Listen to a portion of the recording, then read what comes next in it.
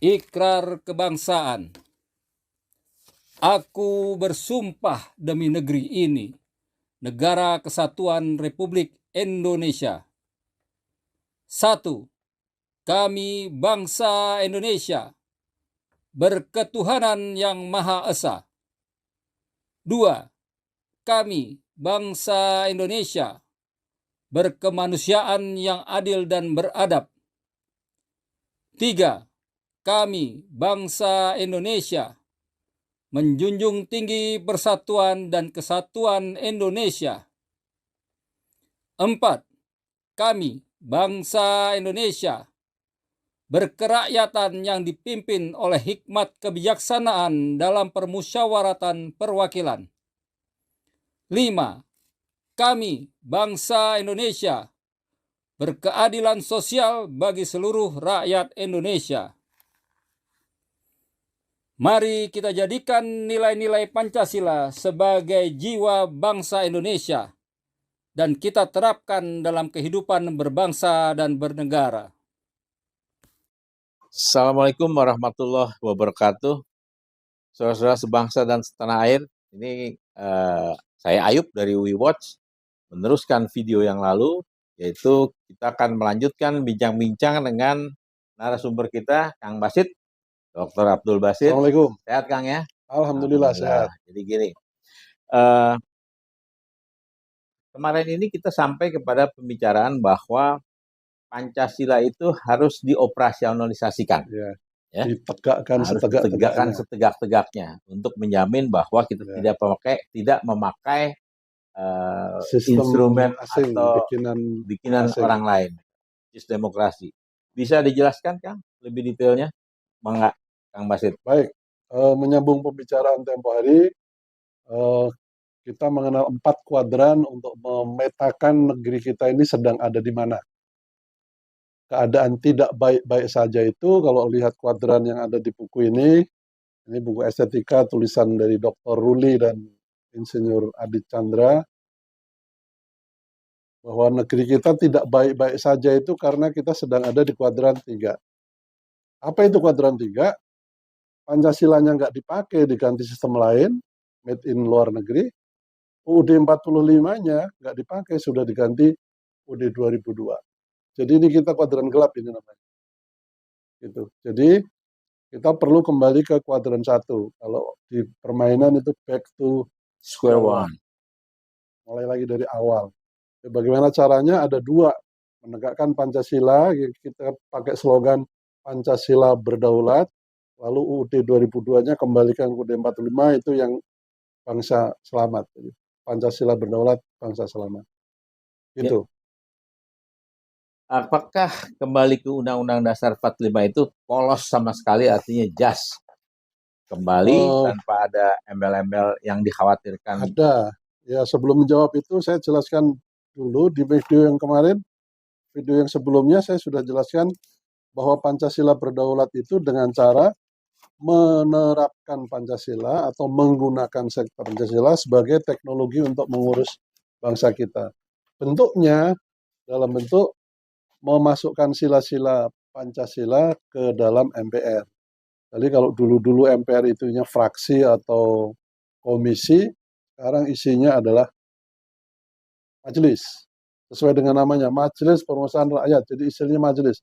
Majelis 1 ketuhanan, majelis kedua kemanusiaan, majelis persatuan, dan seterusnya.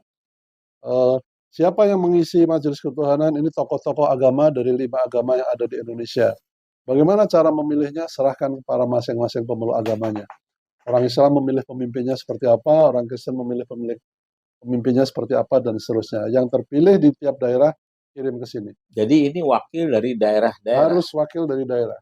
Ya, lalu kemanusiaan yang adil beradab, karena peradaban itu hasil pendidikan, maka yang duduk di sini adalah tokoh-tokoh pendidikan atau ilmuwan. Ya, di tiap provinsi siapa yang terkenal sebagai tokoh pendidikan kirim ke sini. Kesepakatan di masing-masing provinsi. Dan harus betul-betul dari provinsi. Kalau wakil NTT ya berarti orang yang tinggal di Kupang atau di NTT. Bukan orang NTT tinggal di Jakarta mewakili NTT, nggak bisa. Harus dari provinsi. Persatuan Indonesia ini diwakili oleh TNI, Kemudian kerakyatan yang dipimpin dari sultan diwakili oleh sultan atau raja atau pemangku adat, mana yang ada di provinsi tersebut. Yang terakhir, Majelis Keadilan Sosial bagi seluruh rakyat Indonesia, ini isinya adalah profesional. Kenapa bentuknya harus majelis kah? Apa ada alasan-alasan khusus? Iya, ini guru kami mengajarkan kalau pengen dapat rahmat Allah, bikinlah majelis, karena di dalam majelis akan diturunkan rahmat Allah. Jadi kalau pengen punya minum, ya siapkan mangkoknya, gitulah kira-kira. Siapkan gelasnya. Kita siapkan Asik. majelis ini supaya dirahmati Allah. Nah, urutannya seperti ini sudah sesuai dengan sejarah perjalanan bangsa kita. Dulu para tokoh agamawan berjuang dulu, jauh hari sebelum Indonesia merdeka, ya, ada Pangeran Diponegoro, Imam Bonjol, Tengku Umar, dan sebagainya. Mereka itu sebetulnya sejatinya Berjuang melawan kolonial, agamawan mereka ya. agamawan. Oke, Iya, agamawan. Lihat aja seragamnya Pangeran Diponegoro. sorban ya. Sorban putih, jaket jubah putih. Nggak ada partai. Mereka berjuang sesuai kompetensi masing-masing. Lalu tahun 1908 Budi Tomo berdiri, itu tanda-tanda para cerdik Indonesia mulai ikut berjuang. Lalu TRI, PKR terbentuk jadi TNI, ya. Kemudian setelah proklamasi kemerdekaan banyak sultan dan raja menyerahkan wilayah dan Oke. jabatan mahkotanya, dan terakhir para profesional ikut nimbrung. Ini sudah sesuai dengan perjalanan sejarah. Jadi inilah cara untuk membuat Pancasila menjadi teknologi. Selama ini dikooptasi oleh partai. Maksud dikooptasi oleh partai? Jadi kalau yang umum di negara lain itu rakyat membentuk negara, dasarnya demokrasi. Sehingga yang dipakai adalah instrumen demokrasi. Demokrasi itu falsafah, ditemukan strateginya adalah kepartaian, taktiknya membentuk partai-partai, dan modelnya adalah dengan pemilu pilkada. Yap. Itu urutan falsafah demokrasi. Yang Pancasila belum sempat dirumuskan seperti itu, tiba-tiba nggak dipakai aja. Jadi ini saatnya kita betul-betul memanfaatkan itu. Nah, jadi seperti ini. Kemudian kalau ada yang bertanya, memang benar Pancasila dan demokrasi itu berdiametral seperti ini. Ya lihat aja sifatnya.